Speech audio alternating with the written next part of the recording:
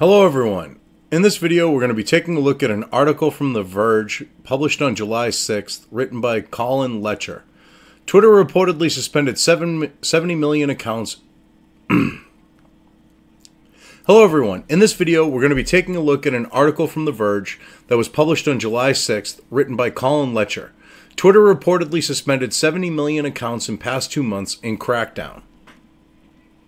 Now, I love this because they're trying to make this sound like, hey, yeah, this was just abusive users. Okay, they're trying to cover for Twitter.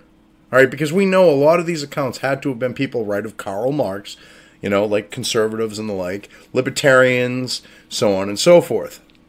But yet, they want to try to portray this as if it's a totally different situation than what it is. And try to back like false narratives like Russia and shit like that. Twitter suspended 70 million accounts in the past 2 months as part of a crackdown on malicious activity on its platform, according to a report in the Washington Post. Yeah, because the Washington Shitpost is an actual credible source these days. Fake news themselves. Sure, all right. Bezos' bitch, okay, his money loss Washington Post that he uses to push his crap. Yeah, all right.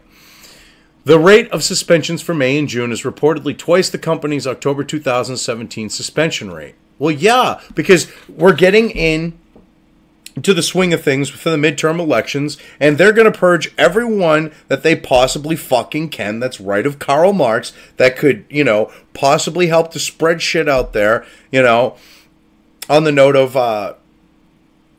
opposition. This is about silencing people that they don't want on the platform. Nothing more, nothing less. This wasn't about abusive users. This wasn't about anything like that. This is about the fact of precious little leftist snowflakes at Twitter and the cultural Marxists and the management that agrees with them pushing their ideology by silencing people on the platform. Nothing. As I said, nothing more, nothing less. That's what we're talking about here. The company has been widely criticized for years over seemingly lax efforts to police bad actors, including abusive users. Oh, really? Well, yeah. A lot of people on the right are like, yeah, these people are literally calling for the death of people, shit like that. And you go, oh, that's perfectly fine. They threatened to kill me. Oh, that's perfectly fine. But wrong think if someone's right of Karl Marx, you kick their ass off the platform. And I think threatening people is being an abusive user. Yet, especially if you got a blue check mark, what you do is perfectly fucking fine.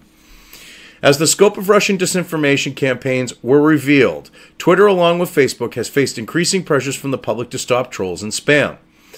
No, what we had is Democrats made bullshit fucking claims that there was Russian disinformation campaigns on social media. And it was proven to be complete and total bullshit when, for example, on the note of Facebook, the ads on Facebook that were supposedly Russian disinformation, were Russian trolls, okay, they just happened to be ads that were put on for the, to be displayed after the campaign. They just happened to all be shown after the campaign. And it was only $300,000 worth of ads. So, I don't know what you're talking about with Russian disinformation campaign, but all right. If you want to keep pushing that narrative and beating that dead horse, that's your fucking prerogative. In a blog post last month, Twitter said it had been working to improve its safety policies and that its systems identified and challenged more than 9.9 million potentially spammy or automated accounts per week. Yes, but it conveniently misses out on all the Soros-funded bots like from Media Matters. Go figure. Huh. And what gets me is a lot of these 9.9 million potentially spammy or automated accounts, I'm sure a large number of them were legitimate people, because we know how the left likes to call anyone right of Karl Marx that doesn't agree with their echo chamber ideology bullshit a bot. So I'm going to guess that a lot of those were not bots. The Post reports that the change in enforcement could cause a decline in users for the company's second quarter, although a Twitter executive told the publication that many of the accounts rarely tweeted and would therefore not dramatically impact the company's active user count. Now, this is funny. They're trying to claim that these are abusive accounts going around harassing people, they're bad actors, all this other shit. Yet, later on in this article, as Verge and Twitter have tried to push this shit, you then see Twitter go and say, oh, well, they rarely tweeted. They're not going to dramatically impact our active user count. But yet these were supposedly abusive accounts. If they rarely fucking tweeted, how abusive could they really be?